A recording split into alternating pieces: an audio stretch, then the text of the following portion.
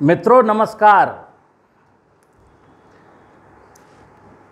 प्रकृति, कृषि, विज्ञान और मानव जीवन के भाग 2 में आज मैं आपको कुछ बताने जा रहा हूं। जैसा कि मैंने भाग 1 में दर्शन बताया है, यानी जड़ जगत, वनस्पति जगत, जीव जगत और मनुष्य के बीच का जो संबंध है, कृषि विज्ञान, चिकित्सा विज्ञान, विज्ञान के अनेकानेक विषय, जब तक हम इस सिस्टम से नहीं चलते तब तक हमको समझ में नहीं आता। ये दर्शन का विषय था भाग 1। अब हम आते भाग 2 में। यहां पर मैंने लिखा था पंच तत्व, 5 तत्व। अब मैं आपको मोटा मोटा लेके चलता हूं। वैसे तो आप जब संस्कार करते हैं, कोई पूजा पाठ करते हैं, तो 5 देवताओं को आमंत्रित करते हैं। धरती देवता, गगन देवता, सूर्य देवता, वायु देवता और जल देवता। लेकिन मोटा मोटा अगर बात करेंगे तो कहा गया 3 देव रक्षा करें, ब्रह्मा विष्णु महेश। ये आध्यात्म का विषय है। जब इसको मैं जड़ जगत के रूप में पढ़ता हूं तो ये दर्शन का विषय होता है, और जब मैं इसको जड़ जगत से दूर ले जाता हूं, कहते हैं ना, कई बार हम लोग कहते हैं कि भगवान स्थूल भी है, भगवान सूक्ष्म भी है। तो जब सूक्ष्म जगत में जाते हैं तो फिर मैं इसको क्या कहता हूं, आध्यात्म की दुनिया है। तो ये दर्शन की दुनिया थी जिसमें विज्ञान आता है, और अब मैं ले चलता हूं आध्यात्म की दुनिया में। देखिए, कहते हैं कि भूमि,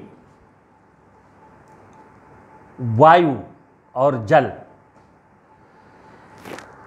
हमारे शास्त्रों में, हमारे इतिहास में, मेरे पूर्वजों ने रामायण में, भागवत में, गीता में, उपनिषद में, मैं इनको इग्नोर नहीं कर सकता हूं।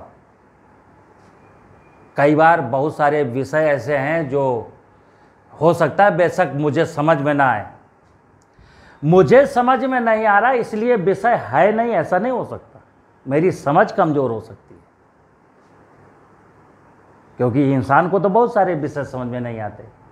तो इसका मतलब ये नहीं कि वो विषय नहीं है, विषय है। तो ये विषय जो आध्यात्म का है, विषय है। ये ब्रह्मा विष्णु महेश का एक विषय है। तो कहते हैं 3 देव रक्षा करें, ब्रह्मा विष्णु महेश। अब मैं ये विषय जो आपके सामने छेड़ रहा हूं, इसलिए छेड़ रहा हूं क्योंकि इस विषय में थोड़े मतभेद हैं लोगों के।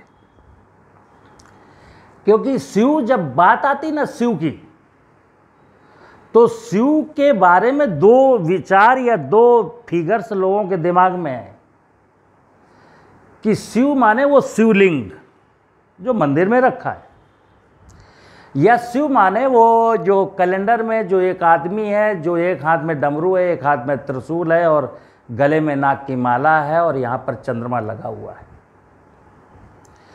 इसके शिव शब्द के जैसी शिव आता है ना, बस मैं ये 2 मूर्तियों से बाहर नहीं निकल पाता हूं, और मैं चाहता हूं आप इसके बाहर निकलें, क्योंकि ये मैं सिद्ध करूंगा कि वो जो यहां मानस पटल में मेरे छपा हुआ है वो शिव नहीं है। फिर कहते ब्रह्मा जी के 3 या 4 शीश दिखाए जाते हैं, और वो कमल के पुष्प पर बैठे हुए हैं, और एक हाथ में कमंडल लिए हुए, एक हाथ में कोई फूल पुष्प लिए हुए। जैसे ही ब्रह्मा का नाम आएगा ना, तो मनुष्य के दिमाग में क्या आता है, वो एक सागर के ऊपर कमल का फूल है, उसमें ब्रह्मा जी बैठे हैं। मैं वो ब्रह्मा जी आपके दिमाग से निकालना चाहता हूं। ब्रह्मा तो मैंने बता दिया, 3 देव रक्षा करें, ब्रह्मा विष्णु महेश। मैं ब्रह्मा विष्णु और महेश के अस्तित्व पर सवाल उठा ही नहीं सकता, मेरी हैसियत औकात नहीं है। फिर एक शब्द आता है विष्णु।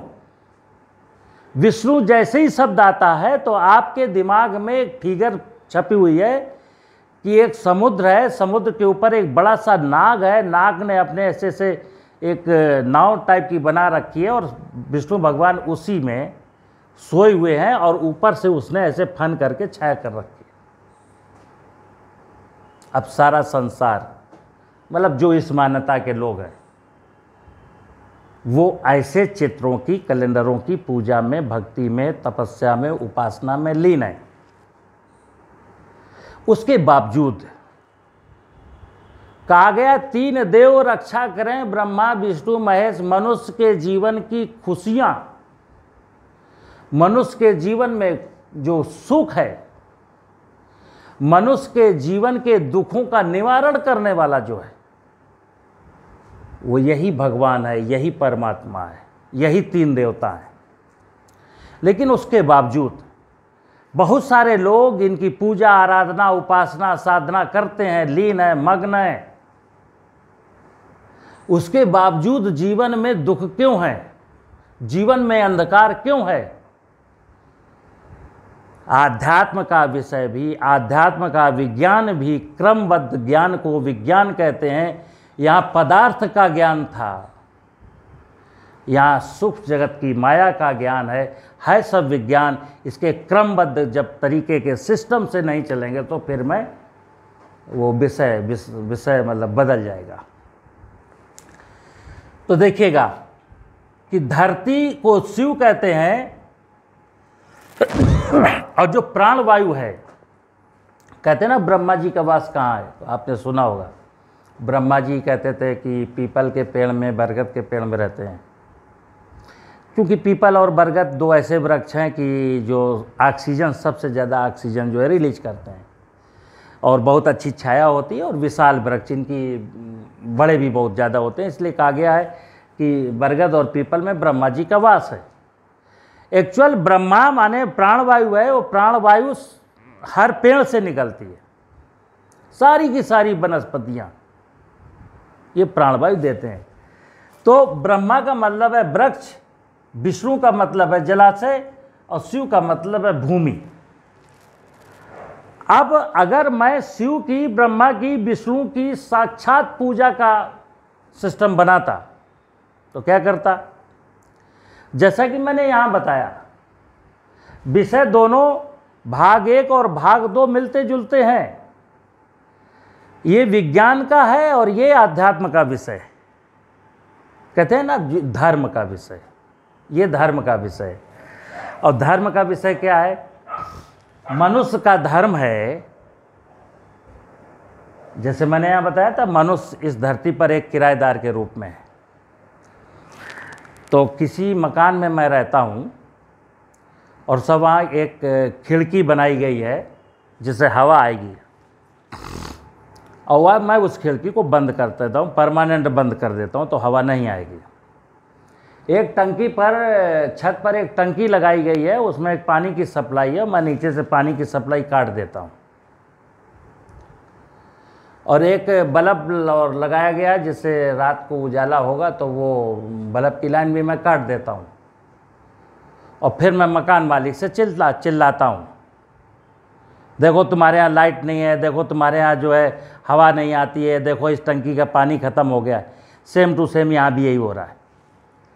हमने भूमि की उर्वरता, जो शिव स्वरूपा भूमि है, और शिव के बारे में आपको बता दूं कि जब आप किसी मंदिर के शिवलिंग में जाते हैं ना, तो क्या लेके जाते हैं? बेलपत्र, धतूरा। और सुनने में भी क्या सुना है, शिव भगवान दुनिया का पूरा विष पी लेते हैं। समुद्र मंथन में एक कहानी भी है कि समुद्र मंथन के बाद जो विष निकला वो पूरा शिव ने पी लिया। और एक मार्मिक कहानी है, विष उन्होंने अपने कंठ में रोक लिया, नाभि में नहीं जाने दिया। कारण कि पूरी धरती का जो विष अगर शिव पिएगा और ज़मीन की ऊपरी सरफेस पर रोक लेगा, तो वो ऑर्गेनिक कार्बन है, वो ह्यूमस है, वो फिर फसलों को, ब्रह्मा जी को सपोर्ट करेगा।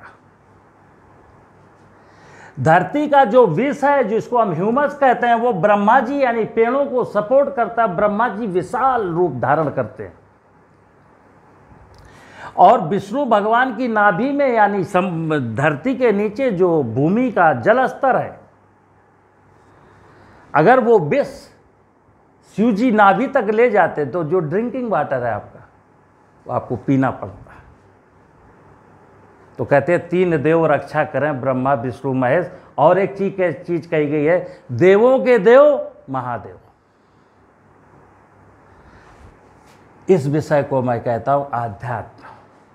हालांकि ये आध्यात्म जो आध्यात्म है ना, आध्यात्म अभी और ऊपर का विषय है, लेकिन वो ऊपर का विषय तब तक समझ में नहीं आएगा जब तक मैं इस विषय को नहीं समझ लूंगा। जो आध्यात्म की परिभाषा मेरी है कि मनुष्य के इस शरीर के अंदर जो आत्मा है उसका परमात्मा से क्या संबंध है। वास्तव में तो आध्यात्म ही है, लेकिन क्योंकि मैंने बताया कि किसी भी विषय के क्रमबद्ध ज्ञान को विज्ञान कहते हैं, तो मानव जीवन के विषय हैं, ये दर्शन का विषय था, इसका एक क्रम था, और आध्यात्म का विषय भी का एक क्रम है कि अगर मैंने शिव और ब्रह्मा और विष्णु की अहमियत को ठीक से नहीं समझा तो वो आत्मा है तो इस शरीर के अंदर, और शरीर के लिए तो पानी है नहीं। एक प्यासे मनुष्य से, यह यथार्थ बता रहा हूं, एक प्यासे मनुष्य से कहो कि तुम्हारा और परमात्मा का क्या संबंध है, तो कहेगा भाड़ में जाए परमात्मा, पहले पानी की बात बताओ। किसी ने कहा है भूखे भजन न होई गोपाला। तो मनुष्य की जो बेसिक ज़रूरतें हैं वो जब पूरी होंगी तभी उसका ध्यान जाएगा परमात्मा की ओर। लेकिन अब वो कहावत है ना, कहते हैं इस संसार में मुर्गी पहले आई कि अंडा, तो अभी तक ये प्रश्न का उत्तर किसी के पास नहीं है। तो अब हम ये कहें कि परमात्मा को पहले ध्यान करूं कि पहले इन 3 देवी देवताओं को ध्यान करूं। तो सिस्टम है ना, अगर क्रम से चलते ना, तो सुनिए आप, अगर आप इसका ध्यान करते हैं, मैंने कहा कि मैं जिस समाज में, जिस देश में, जिस इलाके में रहता हूं, वहाँ बारिश अच्छी होती है, वहाँ वनस्पतियाँ बहुत प्यारी प्यारी हैं, वहाँ खूबसूरत जलाशय हैं जिसमें गंदगी नहीं है, बगैर रसायन डाले खूब अच्छी अच्छी फसलें पैदा होती हैं, नाना प्रकार के जानवर हैं। फिर परमात्मा कहता है कि तुम मेरा ध्यान करना या मत करना, तुम तो मेरा काम कर रहे हो ना। परमात्मा को ध्यान सिर्फ इसलिए करना है, परमात्मा बताता है कि आपको क्या करना है क्या नहीं करना है, लेकिन अगर आप पहले से कुछ ठीक ठाक कर रहे हो तो परमात्मा की जरूरत भी नहीं। लेकिन हाँ, अगर इतनी व्यवस्था को ठीक कर लिया है उसके बाद परमात्मा दर्शन की ओर बढ़ते हो तो बढ़ जाओ, अच्छी बात है।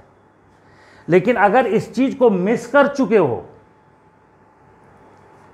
कोई भी संत महात्मा जिसने पेड़ लगाए नहीं काटे हैं, जिसने जलाशय बनाए नहीं जलाशय पर कब्जा किया है, जिसने धरती की उर्वरता को सुधारा नहीं है, धरती की उर्वरता को छीण किया है, वो उसको कभी परमात्मा नहीं मिल सकते, ना उसका परमात्मा से कभी संबंध स्थापित हो सकता है।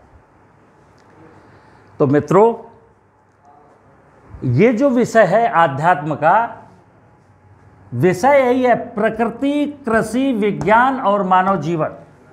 हम लोग जितने भी काम करते हैं, जो कुछ नौकरी करते हैं, व्यवसाय करते हैं, उद्योग लगाते हैं, समाज सेवा की बात करते हैं, बच्चों को पढ़ाते हैं,